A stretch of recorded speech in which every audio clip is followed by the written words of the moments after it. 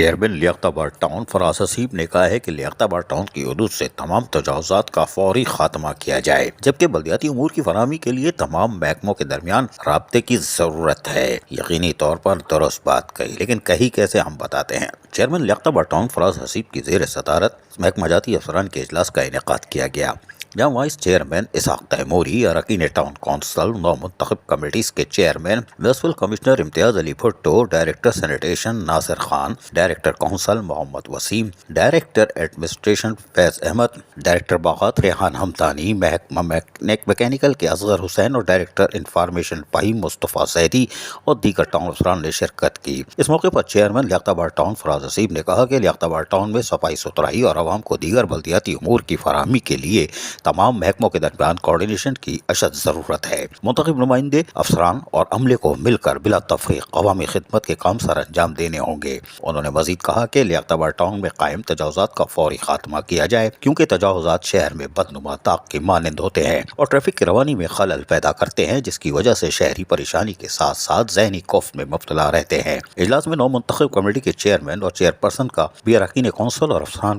کو ان کے ناموں اور شعبہ جات کے بارے میں آگاہ کر دیا گیا، جن میں فائنانس کمیٹی کے چیئرمین فراز حسیب، تعمیراتی کچی آبادی کمیٹی کے چیئرمین اظہر شمسی، باغات، کھیل و تفریح، سماجی بہبود کمیٹی کے چیئرمین طلحہ حسیب، اطلاعات و تعلقات عامہ کمیٹی کے چیئرمین محمد سعید، طب و معالجات یعنی کہ میڈیکل کے حوالے سے کمیٹی کے چیئرمین مرزا اسحاق تیموری اور تعلیمی و کتب خانہ جات کے چیئرمین رضوان احمد خان اور انتظامی و قانونی کمیٹی کے چیئرمین اسد محمود، رابطہ اور نگرانی متفرق امور کمیٹی کے چیئرپرسن شائستہ صغرا شامل ہیں۔ عزیز عارف، KBS بلدیاتی نیوز، کراچی۔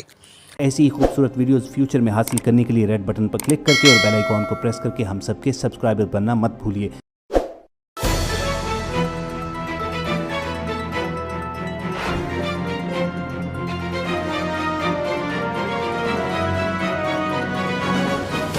KBS